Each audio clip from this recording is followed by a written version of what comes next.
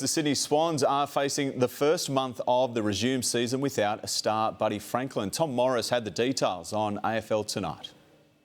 The Sydney Swans are bracing for bad news tomorrow when Lance Franklin goes for scans on that injured hamstring that he hurt today at training doing regulation running drills. It was just regulation. There was nothing too different about it. He wasn't doing any contact, and it's his right hamstring. So he'll have scans tomorrow.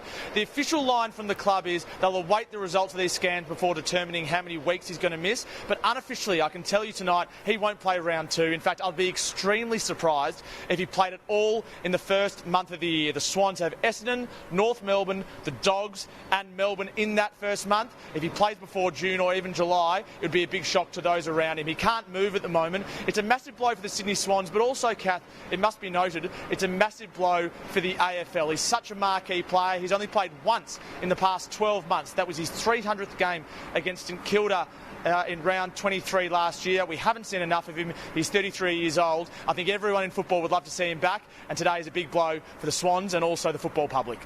Oh, the Swans are very confident that he'll be able to play good footy this year and beyond that as well. He's got 2 years after this on very big money.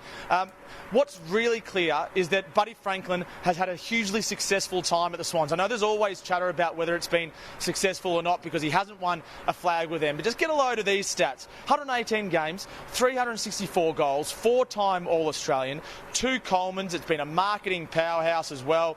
And it's a 9-year deal worth $10 million. I think at the start of that contract, Kath, the big concern was not the money on the deal. Everyone knew that he was worth over $1 million a year. It was the length of the deal. It was going to take him into his mid-30s. But he's done all he can to win a flag. He hit 4 goals in the 2014 grand final against Hawthorn and played really well in a bad day for the club. He couldn't have done much more for the Sydney Swans, and they still expect he'll get back to his best. But after a number of weeks off, sitting on the couch, but also doing his work away from the club, he came back to the Sydney Swans, and at Lakeside Oval this morning, he hurt himself. It's a huge blow, as I said before. I don't think he's going to play in the next month. At the very least, it could even be upwards of 6 weeks.